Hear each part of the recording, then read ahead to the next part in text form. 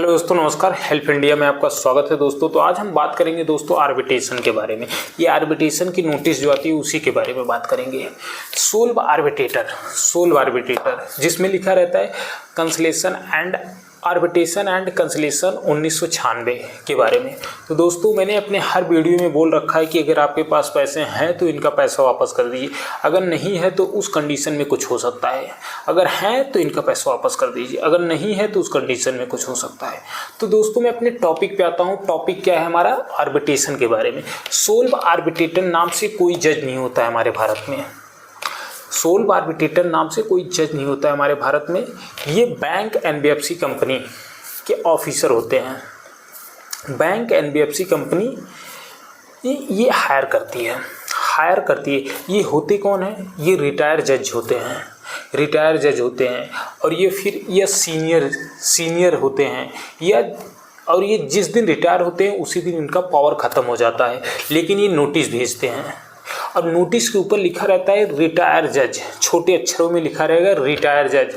उस पर लिखा रहेगा जिला जज, सीनियर जज, जूनियर जज, हाई कोर्ट जज। ये लिखते किस लिए हैं? आपको डरवाने के लिए, ताकि आप डर जाएं, आप घबराएं कि यार सोल्व आर्बिट्रेशन का नोटिस आया है, हाई कोर्ट से आया है। तो ऐसा कुछ नहीं है। और हमारे देश में सोल्व आर्बिट्रेटर नाम से कोई जज नहीं होता है। इस चीज़ को नोट कर लो कि सोल्व आर्बिट्रेटर नाम से कोई जज नहीं होता है हमारे भारत में। और आर्बिट्रेशन एंड कंसलेशन 1996 के तहत ये कार्रवाई कैसे करते हैं तो जान लो कार्रवाई कैसे करेंगे। यदि आप लोन लिए हैं, चाहे ऑनलाइन लिए हैं चाहे ऑफलाइन लिए हैं, चाहे ऑफलाइन, तो उसमें आप 50 जगह सिग्नेचर करवाते हैं। तो उसी कंडीशन में एक आर्बिट्रेशन एग्रीमेंट का होता है जिसको आप अलाउ करते जाते हैं। मोबाइल में लिए होंगे तो अलाउ उसमें मांगता होगा। ये फॉर्म ऑफलाइन पे लिए होंगे तो उसमें साइन करवा के सिग्नेचर करवाए होंगे तो उसमें एक बीच में लिखा रहता है एग्रीमेंट आर्बिट्रेशन का। तो उसमें लिखा रहता है कि अगर आप लोन नहीं पे करेंगे तो मैं आपके अगेंस्ट आर्बिट्रेशन की प्रक्रिया करूँगा। उसके बाद कहीं ये नहीं लिखा है कि जिस 62 कंसलेशन एंड आर्बिट्रेशन की आपके अदर स्टेट में प्रक्रिया हो। ये कहीं भी नहीं लिखा है कि आपका अदर स्टेट में प्रक्रिया हो। लेकिन ये करते क्या है? ये अदर स्टेट में करवाते हैं ताकि आप वहाँ पहुँच ना पाओ।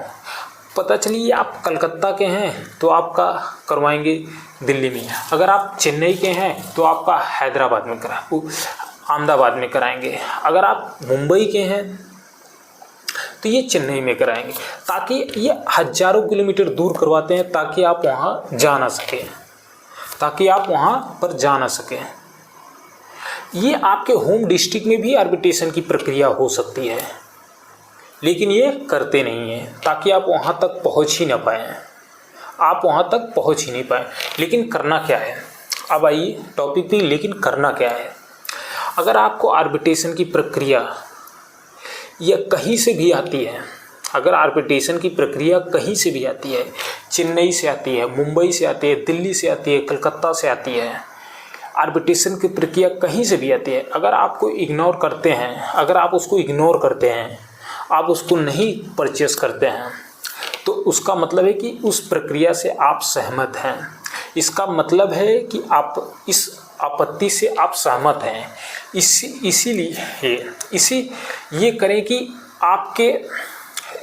अगर आप इससे सहमत हैं तो उसके अगेंस्ट आप वो क्या कर सकते हैं? अगर उसको इग्नोर करते हैं तो वो चल संपत्ति को अटैच करेंगे। उसके बाद करेंगे क्या? वो चल संपत्ति को अटैच करेंगे, अचल संपत्ति को नहीं, सिर्फ चल संपत्ति को। अचल संपत्ति में क्या आएगा? मकान आ जाएगा, दुकान आ जाएगा, घर आ जाएगा। तो अगर आप कार लिए हैं, अगर लोन पे है तो उसको अटैच नहीं कर सकते हैं। और चल संपत्ति में क्या होता है? तो उसको अटैच करेंगे। और चल संपत्ति में क्या होता है? जैसे टेबल हो गया, कुर्सी हो गया, फ्रिज हो गया, अलमारी हो गया, बक्सा हो गया, कूलर हो गया, या आपके घर में जो कुछ अटैच करने हो तो अटैच कर सकते हैं। और ऐसा नहीं है कि फ्रिज आपके पत्नी के नाम पे है या आपके बच्चों के नाम पर है तो उसको भी अटैच करेंगे, तो ऐसा नहीं है। जो चीज़ आपके नाम पर होगी वही तभी वो अटैच कर सकेंगे, और जो चीज़ आपके नाम पे नहीं होगी उसको अटैच नहीं कर सकते हैं, क्योंकि अचल संपत्ति में अचल संपत्ति को नहीं अटैच कर पाएंगे। वो घर हो गया, मकान हो गया, जो भी होगा वो अचल संपत्ति में अटैच नहीं करेंगे, वो चल संपत्ति को अटैच कर सकते हैं, और वो आपके अकाउंट को भी होल्ड कर सकते हैं। क्योंकि जब पैन कार्ड लगाएंगे तो उसमें पता चल जाएगा कि कितने अकाउंट्स हैं, वो अकाउंट को होल्ड कर सकते हैं, और जब वो होल्ड करेंगे तो आप पैसा विड्रॉल नहीं कर सकते हैं, आप पैसा विड्रॉल नहीं कर सकते हैं। तो उसके बाद करना क्या है, लेकिन करना क्या है, अगर आपको नोटिस आती है किसी में जिसमें कैंसिलेशन 62 या एंड 1996 लिखा है, 96 है, तो उसमें प्री या आर्बिट्रेशन या 5 जजों का नाम दिया है या रिटायर जजों का नाम दिया है, तो आपत्ति देना जरूरी है। आपत्ति आपको देना जरूरी है। आपत्ति पत्र स्पीड पोस्ट से भी हो सकती है, स्पीड पोस्ट मेल पे भी हो सकता है या पोस्ट स्पीच भी कर सके, ताकि ये हो जाए कि जो आर्बिट्रेशन की प्रक्रिया एंड कैंसिलेशन 1996 का ये कहीं भी जिला की आर्बिट्रेशन की प्रक्रिया या अदर स्टेट में होगी या और भी आर्बिट्रेशन की प्रक्रिया, आप तो सहमत से होना चाहिए। आपकी ये सहमत से होना चाहिए, ये बिना आपके सहमत से नहीं होना चाहिए। ये आपके सहमत, ये high court and the supreme court ये रूलिंग है, और उसमें साफ साफ लिखा गया है कि हाई कोर्ट सुप्रीम कोर्ट का ये रूलिंग है कि उसमें जजमेंट आया है, दोनों के सहमत से होना चाहिए, दोनों का सहमत होना चाहिए।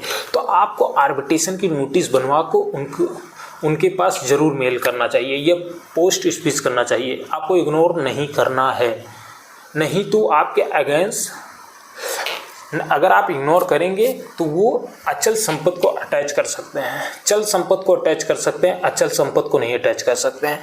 तो इसलिए मैं कहूँगा आप आर्बिट्रेशन की नोटिस बनवा के वो ज़रूर आप स्पीड पोस्ट करें, ताकि आपके चल संपत्ति को अटैच ना कर पाए, क्योंकि वो आपकी सहमति रहेगी। अगर नहीं करेंगे तो वो उनका मतलब है कि आप सहमत हैं। तो मैं बार बार अपनी वीडियो में बोलता हूं कि अगर आपके पास पैसे हैं तो इनका पैसा वापस कर दीजिए। और कोई भी जानकारी या नोटिस की भी जानकारी चाहिए या कुछ भी चाहिए आपको, तो आप हमारे कमेंट बॉक्स में मैसेज कर सकते हैं, तो मैं आपको ज़रूर उसका जवाब दूँगा। तो आप और चैनल को लाइक और सब्सक्राइब शेयर कर लिया करिए दोस्तों, ताकि हम आगे और वीडियो ला सकें। और कोई भी जानकारी चाहिए तो आप हमारे कमेंट बॉक्स में मैसेज कर सकते हैं। मैं अपनी बातों को यहीं पे समाप्त करता हूं। तो दोस्तों मैं एक चीज़ और भूल गया, एक चीज़ ये बता दूं कि नोटिस कितने प्रकार, नोटिस 3-4 आती हैं, 3-4 नोटिस आएंगी। डिमांड नोटिस आती हैं, लीगल नोटिस आती हैं, और पेमेंट एंड सेटलमेंट 25 की नोटिस आती हैं। तो ये सब नोटिसें आती हैं, लेकिन आर्बिट्रेशन की नोटिस देना बहुत ही ज़रूरी है। नहीं देंगे तो ये आपकी चल संपत्ति को अटैच कर सकते हैं। तो इसलिए आपको नोटिस बनवाकर, ये आप किसी से भी बनवा सकते हैं, आप किसी से भी नोटिस बनवा के आप नोटिस का ज़रूर आप जवाब दीजिए। तो मैं अपनी बातों को यहीं समाप्त करता हूँ। जय हिंद, जय भारत।